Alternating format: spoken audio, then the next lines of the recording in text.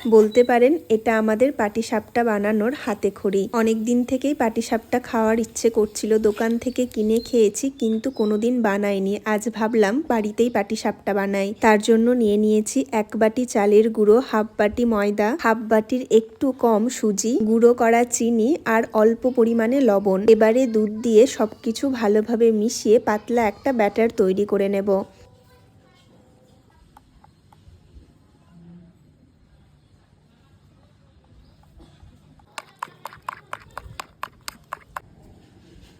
ব্যাটারটা ঠিক এই মতো পাতলা হবে। এবার এটাকে ঢেকে দিয়ে পাটিসাপটার পুরের জন্য খিরসা তৈরি করে নেব। কড়াইয়ে দিয়ে দেব 750 গ্রাম দুধ।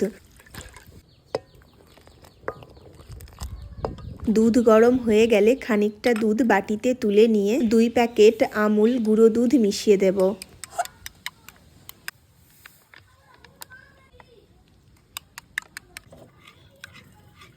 আমুল দুধ কড়াইয়ে দুধের সাথে মিশিয়ে দেব। দুধ ফুটে এলে খেজুরের গুড় দিয়ে নাড়তে থাকবো। পাটিসাপটা আমরা কোনোদিন বানাইনি, এই প্রথম বানিয়েছি। তবে খিরসা অনেকবার বানিয়েছি, তাই খিরসা বানাতে কোনো সমস্যা হয়নি, কিন্তু পাটিসাপটা বানাতে একটু সমস্যা হয়েছে। পাটিসাপটা যখন ভাঁজ করছিলাম তখন ফেটে যাচ্ছিল। এরপর বেশি করে ময়দা দেওয়ার পর পাটিসাপটা আর ফেটে ফেটে যায়নি। পাটিসাপটাগুলো দেখতে ভালো না হলেও খেতে কিন্তু বেশ ভালোই হয়েছিল। খিরসা হয়ে এসেছে, খিরসাটা নামিয়ে নিয়ে এরপর পাটিসাপটা তৈরি করব। তার জন্য একটা তাওয়ার মধ্যে দিয়ে দেব অল্প পরিমাণে ঘি। ঘি ভালোভাবে চারিদিকে ছড়িয়ে নিয়ে তার মধ্যে দিয়ে দেব ব্যাটার।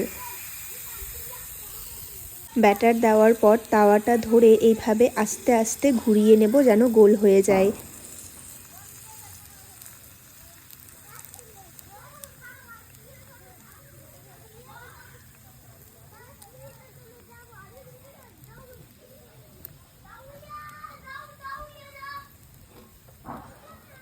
ওপরটা শুকিয়ে গেলে দিয়ে দেব খিরসা।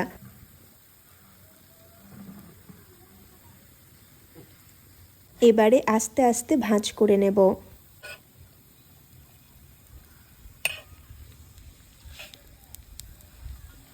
অনেকবার অনেককেই পাটিসাপটা বানাতে দেখেছি, কিন্তু নিজে প্রথমবার বানালাম, তাই ভাঙাচোরা যাই হোক মনে একটা আনন্দই হচ্ছিল।